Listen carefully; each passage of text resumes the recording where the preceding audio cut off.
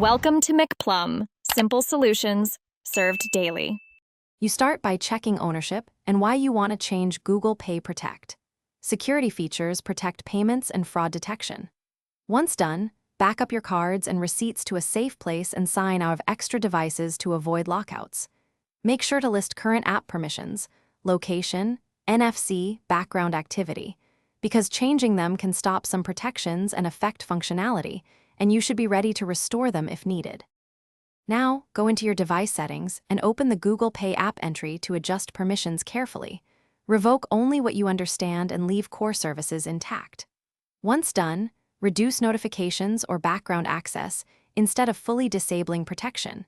That keeps transactions working while minimizing interruptions.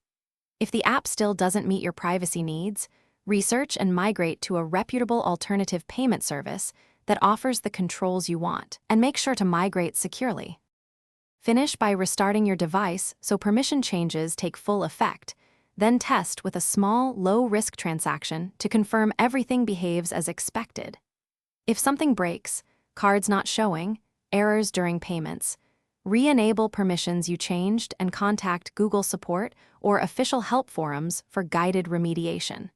Make sure you retain two-factor authentication and bank alerts. They provide crucial fraud protection even if you've reduced app-level safeguards. Thanks for watching. Stay juicy and subscribe.